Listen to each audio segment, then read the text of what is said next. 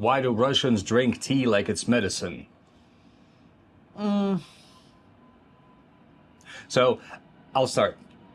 Russia actually has a very well-established and old tea culture, stemming back from, I believe, like the 16th century when tea was first encountered. The story goes that a couple of Cossacks traveled to China and brought tea from there. But the truth is, I mean, like, I don't know whether this story is true or not, but by the 18th century, the trade routes between Russia and China were already well established.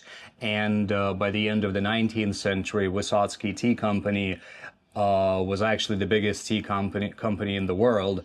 And that company still exists, except now they're based in Israel. Don't know the story of the company. I just know they used to be really the biggest tea manufacturer in the world. So it was in the Russian Empire? yeah, it was in the Russian Empire.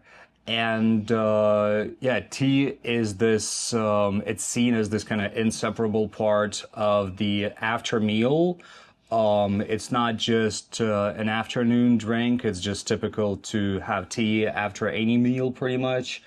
And tea is usually enjoyed, mostly enjoyed sweet, or at least with some kind of cookies or candies, you know, like they say, k chayu, like to the tea. Chai is tea in Russian, by the way.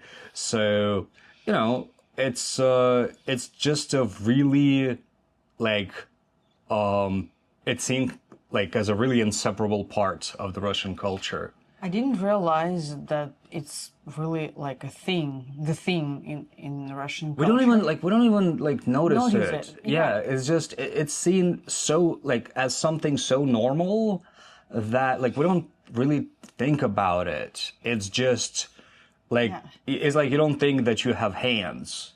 Yeah. You know what I mean? It's Like the same. they're Like just there. Every meal you finish Yeah. with the tea, and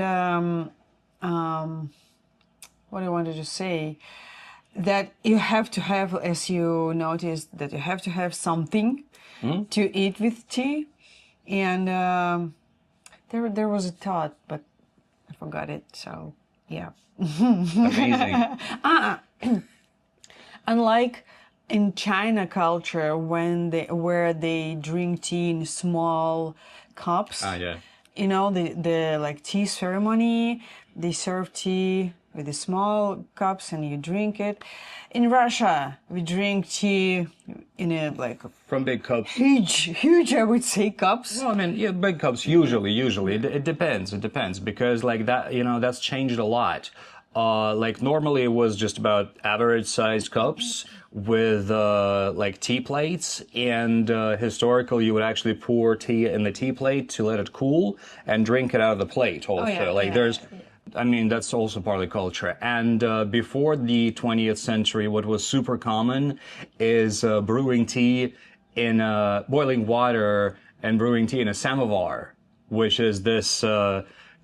Actually, no, you boil water in a samovar and then you brew tea in a teapot, right? So a samovar, it looks like this, and you would heat it with coals, like traditionally, right? Originally, at least. You would boil water in that, you know, for tea. And tea was enjoyed really hot also. Yeah, and that tea that you brewed in a pot, it's very concentrated, so you have to dissolve or You have to, not dissolve, you have to, разбавить, how do you say that? I don't know. Just you have to add additional water, just to make it like less strong. And yeah. And yeah, so like I said, like you could have it sweet, you could have it with tea. Traditionally, it was sometimes enjoyed в прикуску with a piece of sugar. В прикуску means like you take a sip, you bite on a piece of sugar, kind of like that. And it's so much a part of the Russian culture that it's even become part of the prison culture, right? So since you have the striped shirt, why don't you tell us about the prison culture? It's called chefir. I don't know much about prison culture, you know, but You're from Siberia. So what? I'm not from a prison, you know. That's what she keeps telling me.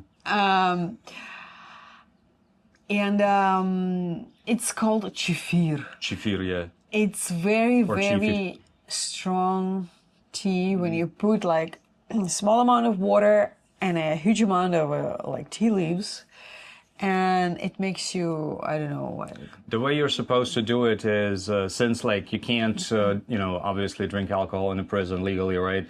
Or enjoy any other mind-altering substances. What was super common in the Soviet Union is tea. Like prisoners were given tea, and what they did, like the way you brew this chifir is like this extremely strong, extremely concentrated tea that gets you high, right? And it's not good for you, not good for your heart, obviously, but the way you would typically make it is like I'm not going to give you the whole recipe, but it's tea that's it would be poured on top of the water, right?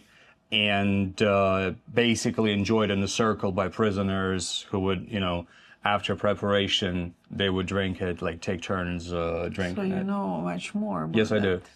that. Okay. Well, my brother used to be a cop. Of course I do. So, anyway.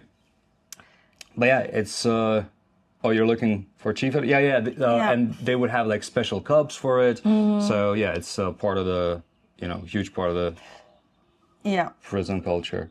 Chifir bag, it's a cup for making a chifir. Chifir Yep. bag. Do you know that? No, I didn't. I also. Me either. I don't know that info, no. So that's that. And my dad used to drink tea a lot. Like he would not function unless he had some tea. He absolutely loved it. And like we often would actually give tea to each other as presents. And also, if you come over. Yeah, if you come over, you would be invited for tea. Yeah, Coffee would not be like the reason, like the pretense, but tea specifically. Yeah.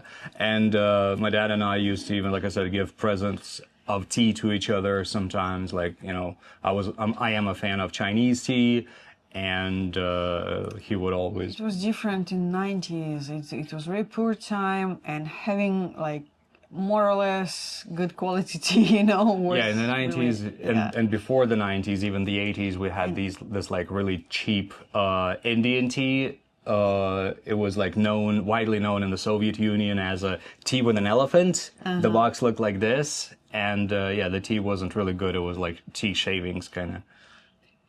But it was not bad. It wasn't bad tea. It wasn't bad, but we also had nothing to compare it with. Did we have like Ceylon tea during? I don't know. childhood? I think maybe. But I've heard about that at least. I heard about it too. Indian tea, like most of it was We Indian had tea. Krasnodar tea. Yeah, Krasnodar tea. Like this is Azerbaijan and Krasnodar are two tea growing regions in the former Soviet Union. Krasnodar is a part, like the area around Krasnodar is part of Russia. So yeah, and they do make tea out there. Actually, I don't think I've tried it much, but it's there. But I remember that I added a lot of sugar because I couldn't drink tea without the sugar. It was quite. Now we enjoy tea. Like I said, we drink Chinese tea mostly, and we enjoy it. So that's that. It's a huge part of the Russian culture. Like I said, if you come from a tea drinking culture, please do comment and share what your culture is like regarding tea. And in the meantime, we're going to pull the next one. And while we're doing that, it's my turn. And we don't have that thing like high tea like in England, Yeah, we're pulling the next one now. Yes. And anyway, so yeah, while I'm pulling the next one, please don't forget to give us a like and subscribe to this channel for a lot more about Russian randomness.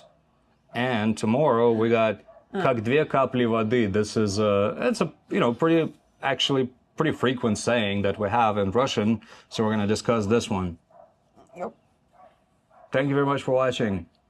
And yeah. Yeah, it's time to drink tea. Actually, it is.